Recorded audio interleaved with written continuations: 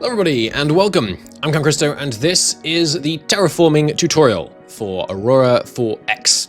I aim in this video to explain what terraforming is in Aurora 4X, why you would do it, how you would do it, and there are various different ways, what kind of bonuses you can get for doing it, and then we're going to dive a little bit deeper into some of the maths as to how exactly you terraform planets. So if you've never played Aurora 4X before, there should be a link in the description to a quick video I have explaining what a wonderful game it is and why you should play it. This is slightly complicated material around Aurora 4X. I think you could grasp it if you wanted to, but it's not perfectly simple, so I wouldn't necessarily watch this before you've played the game, but you can get into it a little bit if you want to. I should also mention this is version 1 of this tutorial. If I make any mistakes, please tell me in the comments. There will be a pinned comment correcting any mistakes that I make, and if I make too many mistakes, I'll just make it again, and we'll have a V2, because it's the kind of thing where, yeah, there's lots of moving parts. I may make mistakes. Please excuse me if I do. We will get there together. I have made a spreadsheet which will do the calculations for terraforming for you. The logic behind this is that one of the more irritating bits of terraforming in Aurora is you sometimes feel like you just have to guess how much of different things you should do and so on.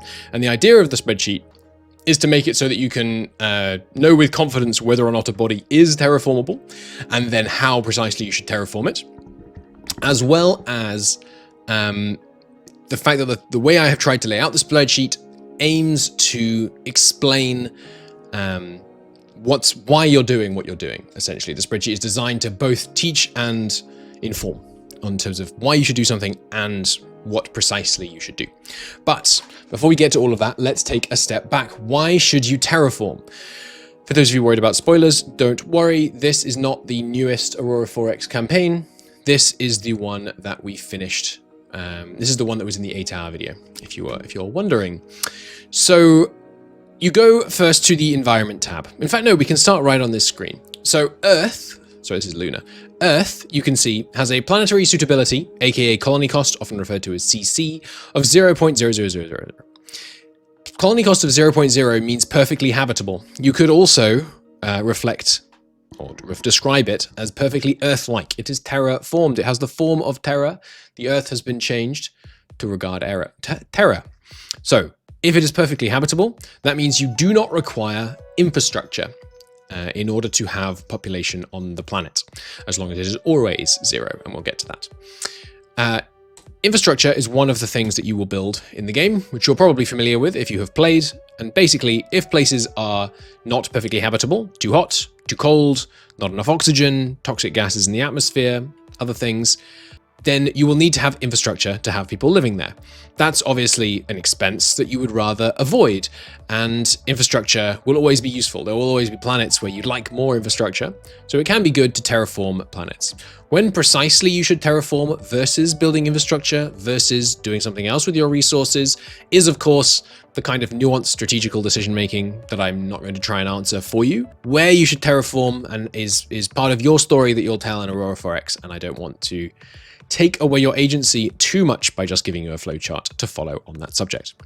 So if we go and look at the species screen, we will see that there are lots of stats here that describe what humans are like. And you can have more than one species, but right now we'll just focus on human. The spreadsheet is capable of handling you running multiple species at the same time, worry not.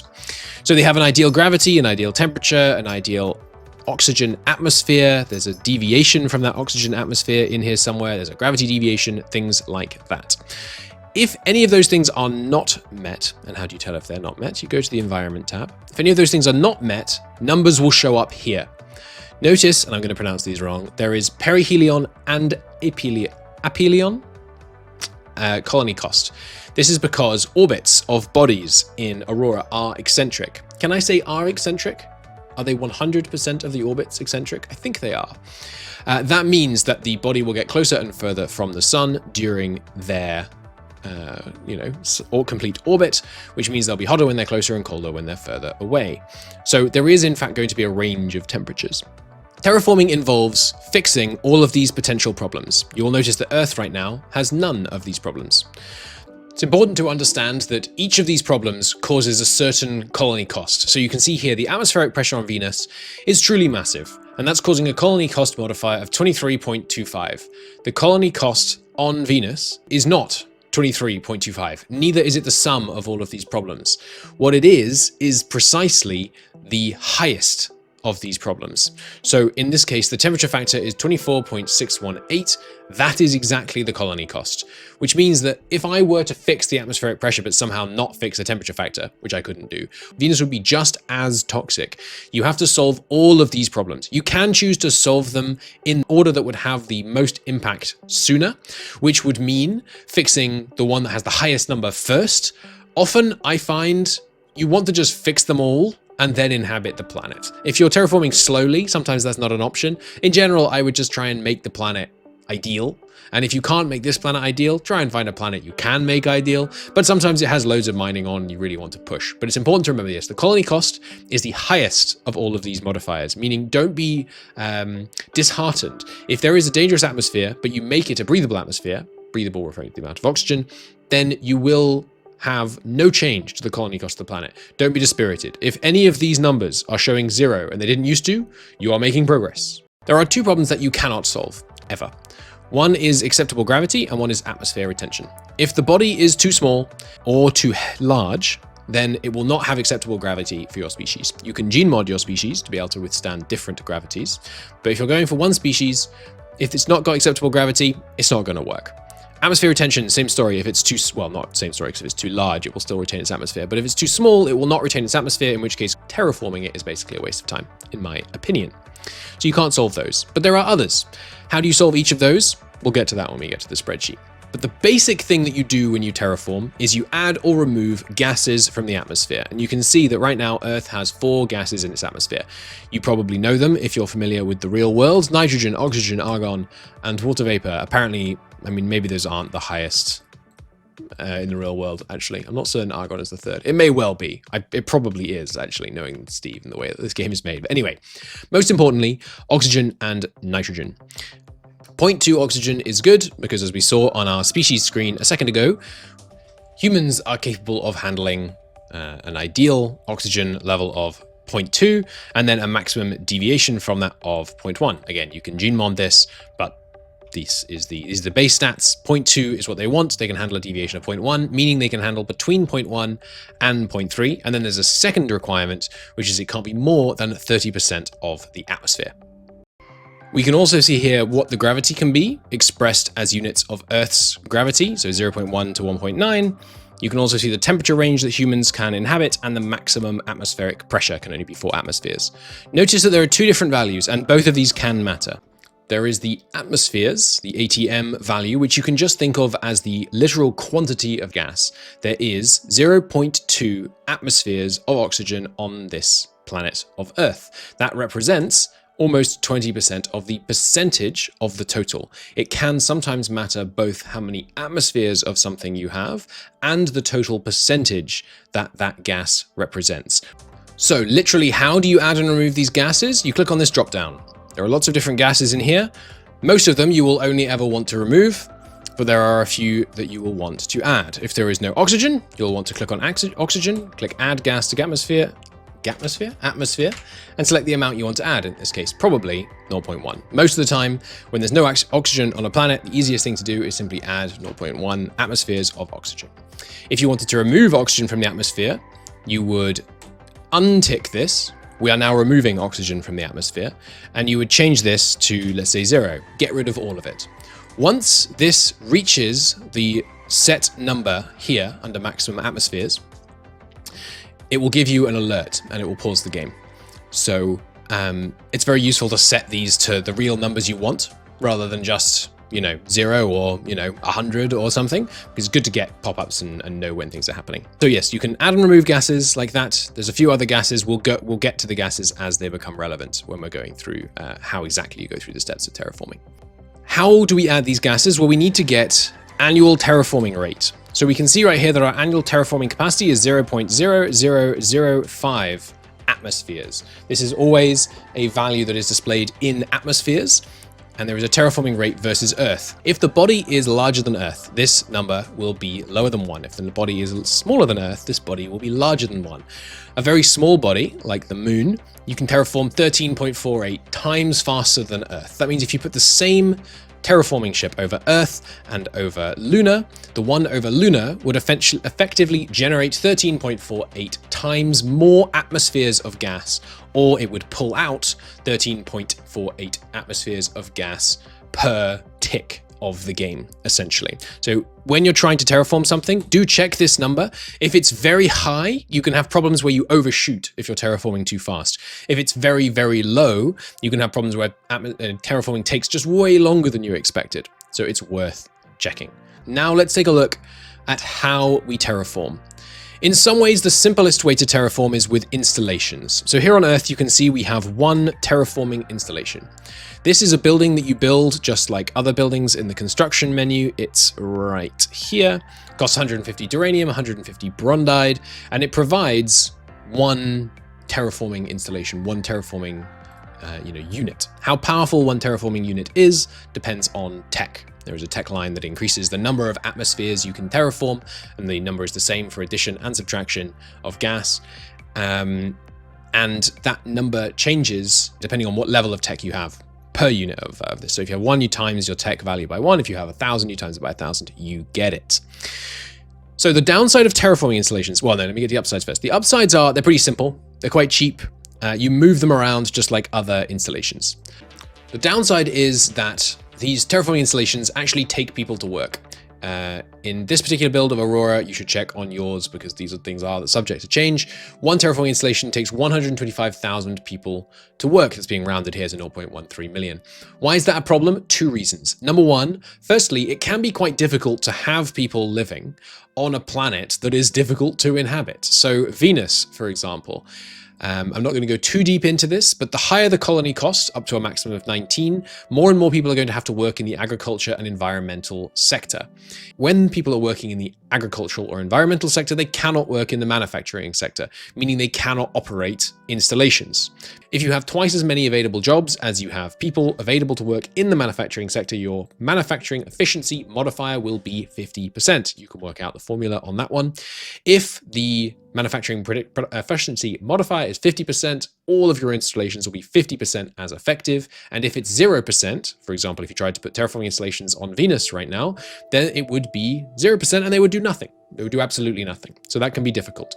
Secondly, it's worth noting, even somewhere like Mars, which has, let's use a better example, Wolf has 6.4 colony costs right now. That means only 37% of people need to be in agriculture and environmental, but not so fast. If you put a load of infrastructure here and got a load of people living here, not that you could, because Wolf's absolutely tiny, loads of them would start working in the service industries. The number of people that work in the service industries increases, starting at a low of 0%, scaling all the way up to, I believe, 70%, and it hits 70% when the population of the planet hits about 200. These are inexact numbers. So let's say you had Wolf and you said, okay, it's okay. Only 30% of my people need to work in agriculture and environmental because it's 6.4 colony costs. So you dump a load of infrastructure, you import 200 million people, and suddenly you have 0% in manufacturing, because with 30% of people working in service industries and 37% of people working in agriculture and environmental, that is 0% left over for manufacturing, which means if you let the population get high, then you're going to have literally no one working. Or if it has a Vesuvian atmosphere, you have literally no one working. This causes 2 problems. Number 1, you can get into a position where your things just can't work because of these situations. But number 2, and for me, more relevantly, it can create annoying micro situations where you could kind of make it work. You have to shuffle some people out, then shuffle some people back and work it all out to get just the right number of people to make sure you've brought in enough workers to man your terraforming installations. It's more micro than the other methods, which is why I personally don't particularly like it. So you have 2 other options. You can do it with spaceships. After all, isn't that what we're here for? So you can have a terraforming ship or a terraforming station. If you're not familiar with the concept of ships and stations, just worry about the ship for now. So a terraforming ship, it has an engine. This is just an example. I'm not recommending you build it exactly like this. But this thing has 10 terraforming modules on, which you need to invent, and then you'll find them in your module list here. It's got 10 terraforming modules. That means it would be able to produce 0.004 atmospheres per annum. Remember that tech improves that, and there are other bonuses which can improve it, which we'll get to in a moment. So this is my preferred way of doing things. It's inefficient because it has engines. So you're spending a bunch of resources to build these commercial magnetoplasma drives and put them on your ship, and then the ship's going to spend most of the time just sitting still. It's efficient in terms of your time because it's very low micro. When you have finished terraforming Mars and you want to send it to Mercury, you just say, hey, fleet with all my terraforming ships, go to Mercury. And that's really easy. But let's say you respect your time less, or perhaps more fairly, respect your resources more. Then you might want a terraforming station. I've clicked no armor over here, which means it has been designated as a space station, which means I can build it not from a shipyard like a ship, but rather I can build it with construction instead. By going to space station here, I can build it this way. This allows me to build it much, much faster. It allows me to build it from a resource that I have flexibly available, because a shipyard needs to be tooled in and ready to build just one thing, and it will employ people and take up parts of your population, whether or not you're actively building something with it. Those are the upsides. The downside, oh yes, and it doesn't have an engine, which is of course one of the other upsides. You're not wasting minerals on building an engine that's just going to be sitting still over a planet for years and years. Downside, it doesn't have an engine. That means you need a tug. A tug is something that can move stations around. It's worthy of its own video. But that's the other option. If you want to look into tugs more, I might make a video on it at some point. Someone else probably already has. So those are your options. You can have a terraforming installation on the planet, you can have a terraforming ship, or you can have a terraforming station. Now, how do you get bonuses to terraform faster? Because 0.004 atmospheres per annum might sound like not a lot, and it's not. These bonuses aren't going to be totally game-changing, but they can help quite a bit. So first off, you could have a commander. So here we have our Earth-making fleet, Earthmakers 1. And you can see that Earthmakers 1 has the commander Lexon Vandis, who has a 20% terraforming bonus. Why has the game chosen to appoint a terraformer? Because it contains ships mostly of the auto-designated class terraformer, which you can see here, designated a terraformer for auto-assignment purposes. So because I've turned auto-assignment on, and commanders here, it means it's tried to put people in charge of this fleet, which will endeavor to give it bonuses relevant to its ships, which is terraforming. Then you can see it's also in a fleet, and that fleet I have set automated assignment, and I have said the only bonus I care about, all three of my bonuses are set to terraforming. That means it will try and assign commanders that have high terraforming bonuses. So you can see here we've got a 35% terraforming bonus. It's also got the industrial command above it, which I could also assign to industrial. And then it's got human navy above that, which I could also assign to terraforming. And I could get more and more terraforming bonuses coming in down onto my terraformers, meaning that they would be making more and more. In this case, we have these 6 stations who, with all of their bonuses put together, are making 0.06 atmospheres in Mercury right now. But we can add yet more bonuses. If we go to Mercury, go to Mercury, so I could, if I wanted to, automatically assign a planetary governor. And right now, all I'm doing on Mercury, well, I'm doing various things, but one of the things we care about is terraforming. You can see we now got a 20% terraforming bonus on the planet from the planetary governor. But we can go even further, because we can now go to the sector management, and we can look at the Sol sector, which contains, of course, Sol, and we can see it's got a governor. He doesn't have a terraforming bonus, but if we wanted to, we could assign someone to the Sol sector who had a terraforming bonus. So then we'd be getting a bonus from the sector governor, the planet governor, the captain of the fleet, the commander of all of the 3 stages above the fleet that we have currently in our order of battle. So you can get a ton of bonuses to be able to terraform significantly faster. Bear in mind, there are different admin command types, and my understanding is that none of them help terraforming. Okay, so you know why to terraform. You want to make the planet more habitable. You want to reduce all these numbers to 0 so that it can be nice and habitable, so that you can put lots of people on it without having to have infrastructure. One thing I should mention at this point is if you have a colony cost above 0, so Mars, for example, has 2, you can then see down here, there is going to be a supported population, and there's going to be a current and a minimum. You can see that right now we need 202 infrastructure per million people, but at max, which in the case of Mars is going to be when it's hotter, colder. No. So you can see that the minimum temperature currently experienced by Mars is -70. The maximum is -50. When we get to the part of our orbit where we're closer to -70, we're going to require more infrastructure per people, and therefore we'll be able to support less people. Mars right now has a population lower than that minimum number, so that's fine. But as the population continued to grow over time, which it would organically, we're growing at 2.81% per year right now, it would get over that amount, and then when the planet suddenly cooled down because it orbited away from the sun, they would essentially all start dying. They don't like that, they get mad at you. It's good to avoid. So we want to terraform because we want room for people, we want the people to be healthy and happy, we want them to be able to work in our mines, etc., etc. So how do we do that? So let's bring in the spreadsheet. Flashbang out, by the way. So here's the spreadsheet. It is I, Christo of the future. Don't mind old me over there. I want to try again introducing this section of the video, which, as you will notice, is quite long. There's still half the video to go, and we're mostly going to be spending it talking about this marvelous spreadsheet. I want to set expectations and give you a quick tip about how to use the rest of this video. I strongly suggest that you have the spreadsheet up and you regularly pause the video and you go and look at the spreadsheet. If I say something that doesn't quite make sense, click into some of these boxes. Many of them have text. You can tell they do if they have this little triangle in the top right. I know this can seem intimidating and there's lots of stuff to follow here. I'm going to be going through it relatively quickly, and I'm not a perfect communicator. Who amongst us is? But have the spreadsheet open, pause the video, look back to the spreadsheet, check that you've understood, what something does, and then return to the video. I will be there waiting for you when you get back. I believe in you. You can do this. The idea behind this spreadsheet is that you take a planet, say Luna, that you're considering.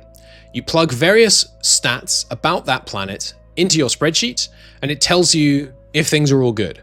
If things are not all good, it tells you how you should change them such that you could make it all good, and then you can experiment. So I believe I have already filled this out with all of the stats about Luna, but let's go from the top left all the way down.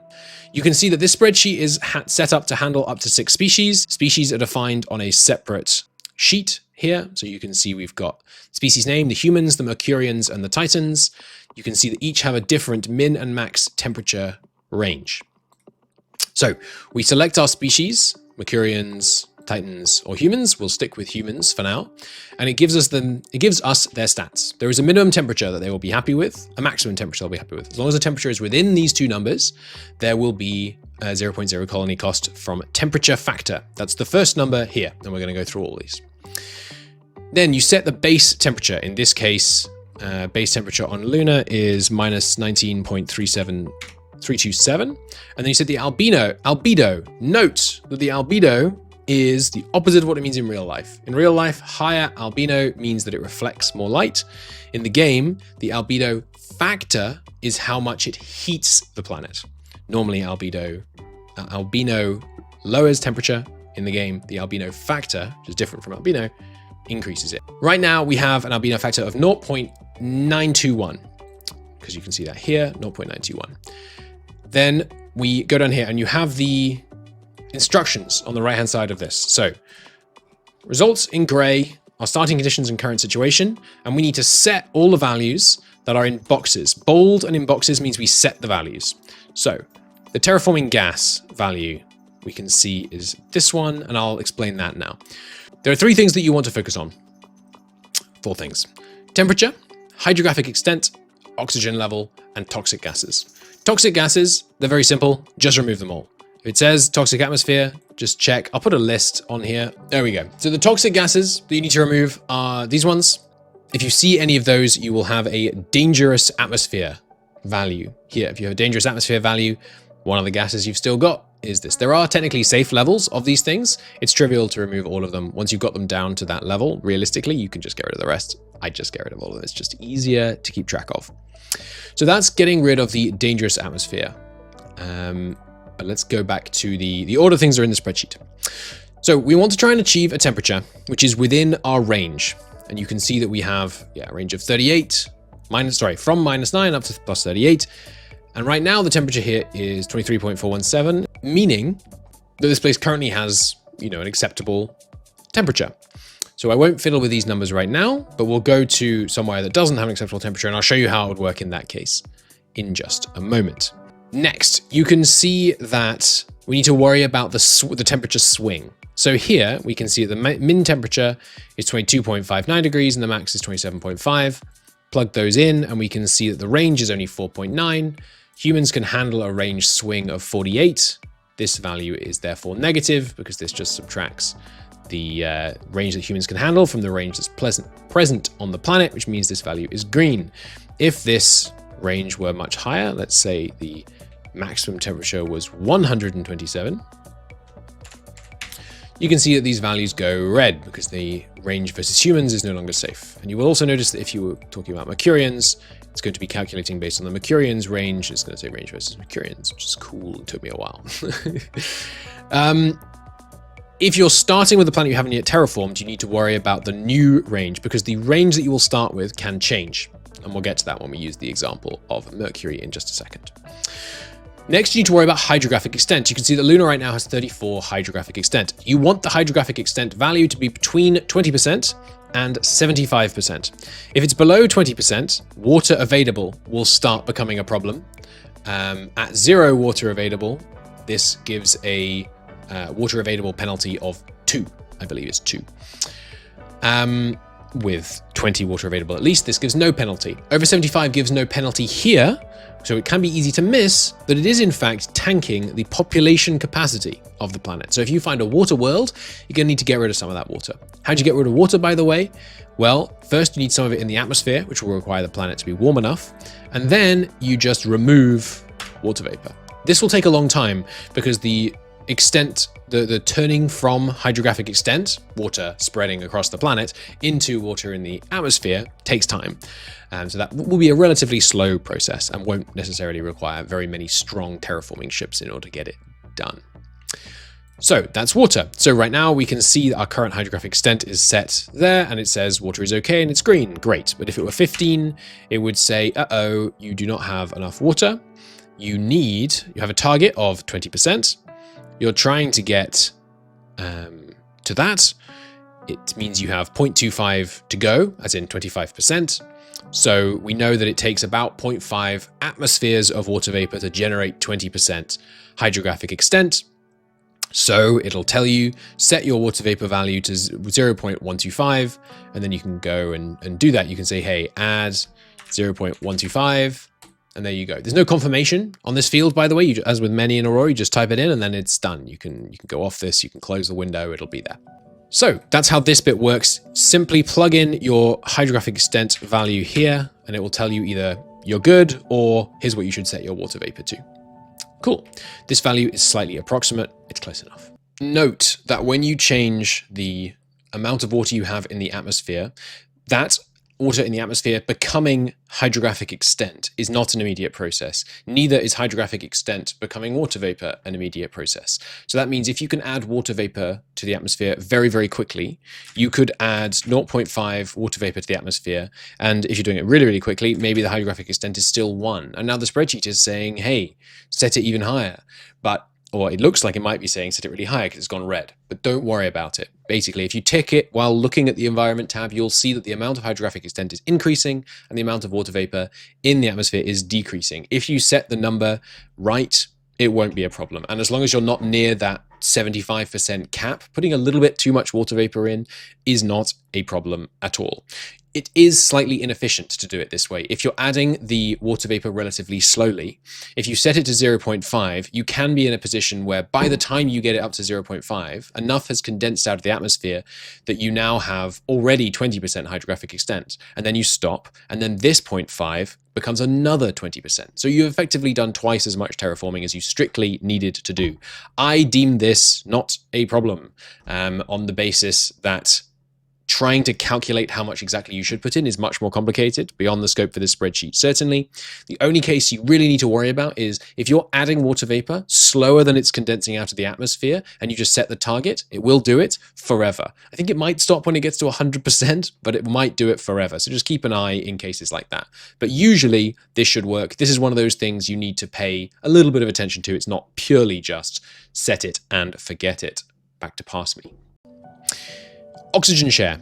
There is a maximum percentage that oxygen can be, 30%. You don't want to have more than 30% of the total atmosphere being oxygen, or that will cause you problems. It will get toxic, become, I believe, a dangerous atmosphere. You set your amount of oxygen you have in the atmosphere up here, and then you look down here and you say, okay, this is 30% of the atmosphere right now, which means that it's the max 30, which means it's not over 30%. Is not too much, so we don't need to add nitrogen.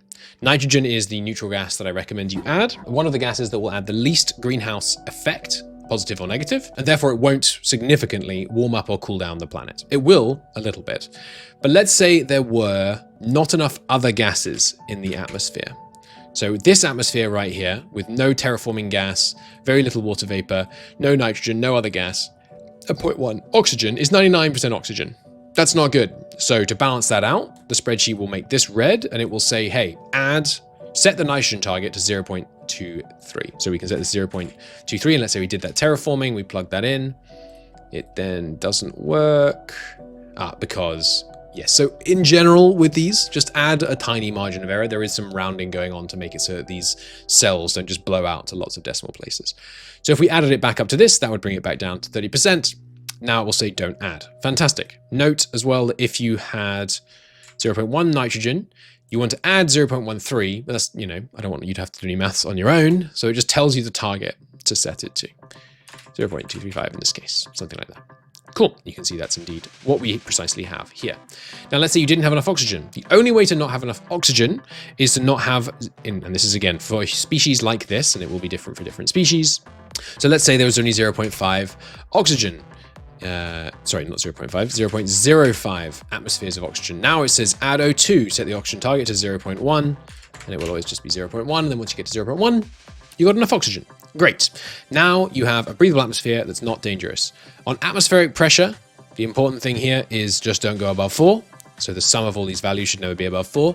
You will find that when you're looking at these things, there is never a reason to want to make the atmospheric pressure higher than 4. It's just a problem if you have somewhere like Venus, which starts out with 90 atmospheres of carbon dioxide.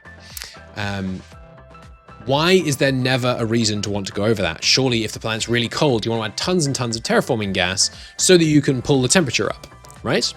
Wrong, and let's explain why by diving a little bit deeper into the temperature section of this. So Mercury, let's take Mercury as an example. Right now, Mercury has, and so remember, we're going to fill out the gray, the boxes that are have boxes around them. Sorry, the cells that have boxes around them and are in bold. So the base temperature here is 178.070. The albedo factor is 1.7. Which again is, remember, is going to heat it up a bunch because higher albedo makes it hotter. It's got a current minimum temperature. Sorry, let's do the gases first. It's got an terraforming. Yes, so it's the moment to finally talk about this. Terraforming gases. There are two magical gases that are not real that have been added to the game. One is, and I'm going to pronounce them strangely probably, astesium. And one is phrygium. Phrygium makes it colder, or frigid. I don't really know the origin of this one. I assume in Greek or Latin or something this makes sense. But astusium? Anyway, warming greenhouse gas is the one I think of this. This is a greenhouse gas. This is an anti-greenhouse gas. Both are safe to breathe in any quantity as long as you haven't got more than total 4 atmospheres.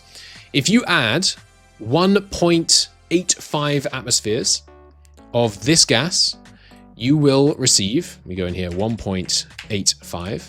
You will receive a greenhouse factor of 3. The greenhouse factor cannot exceed 3. If you were to add 1.85 won't do it, right? Yeah.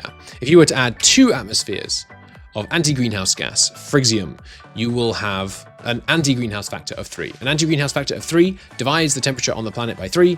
A greenhouse factor of 3 multiplies the temperature on the planet by 3. Bear in mind when you're doing these multiplications and divisions of temperature and things, you have to work in Kelvin if you want to do any of it yourself.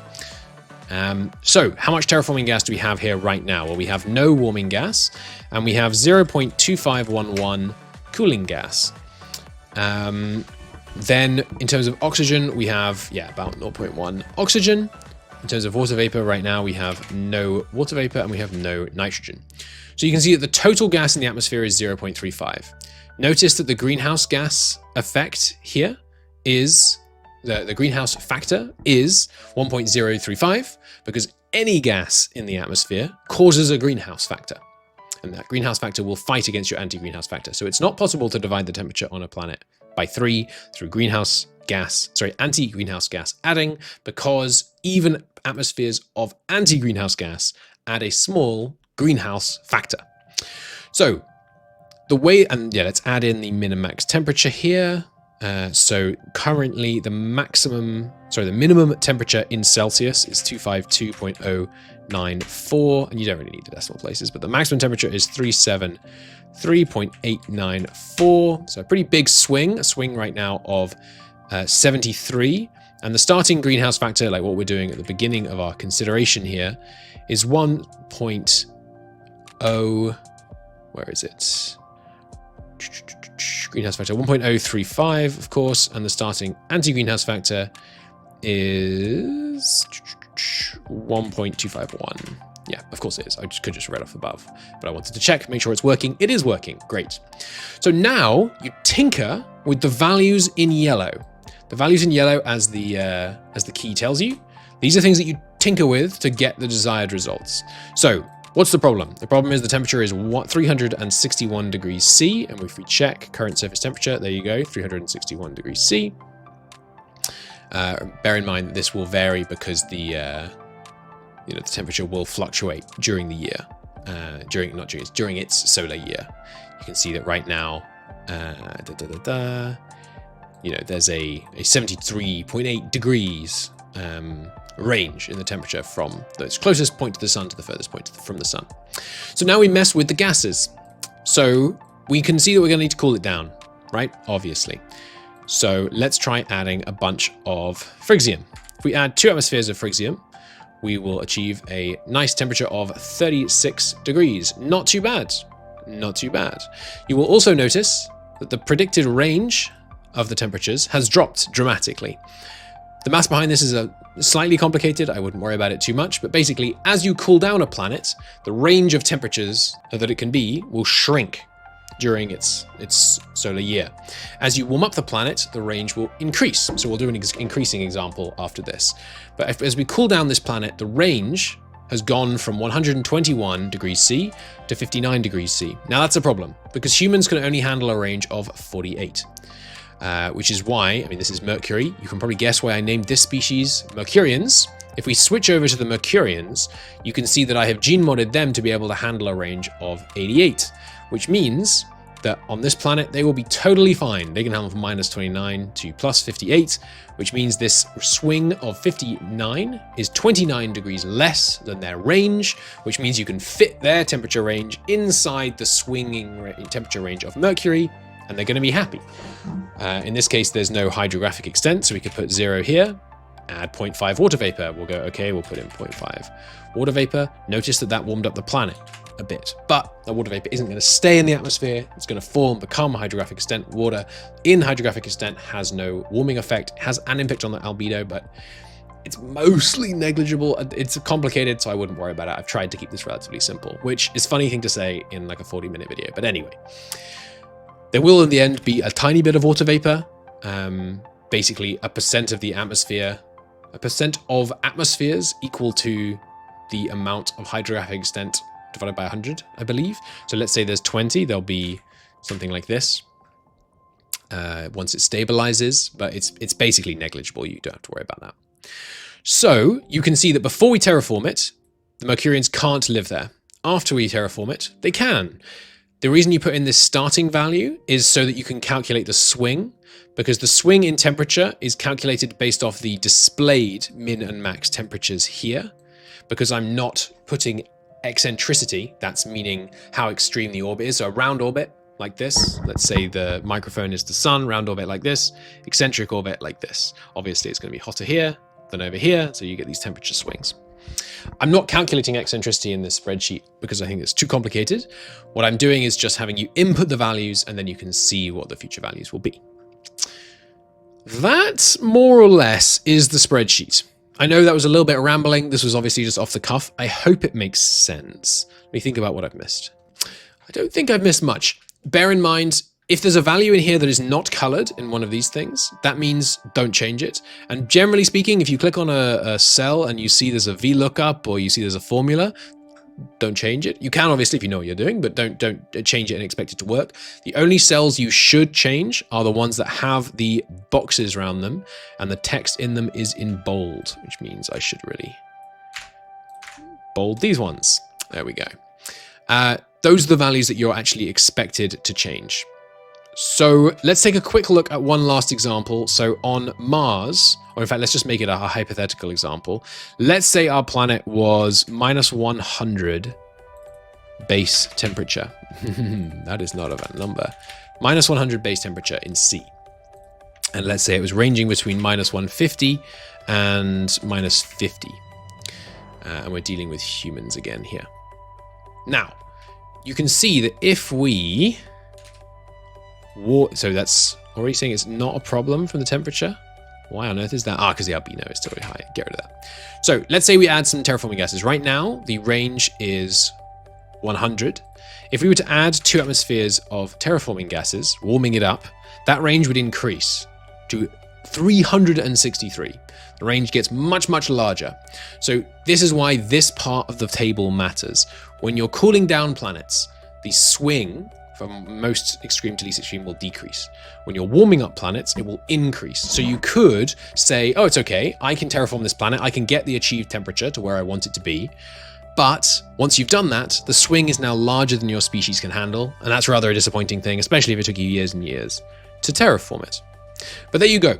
I hope this helps. Please do put any questions you have in the comments. There will almost certainly be a version 2 of this video at some point.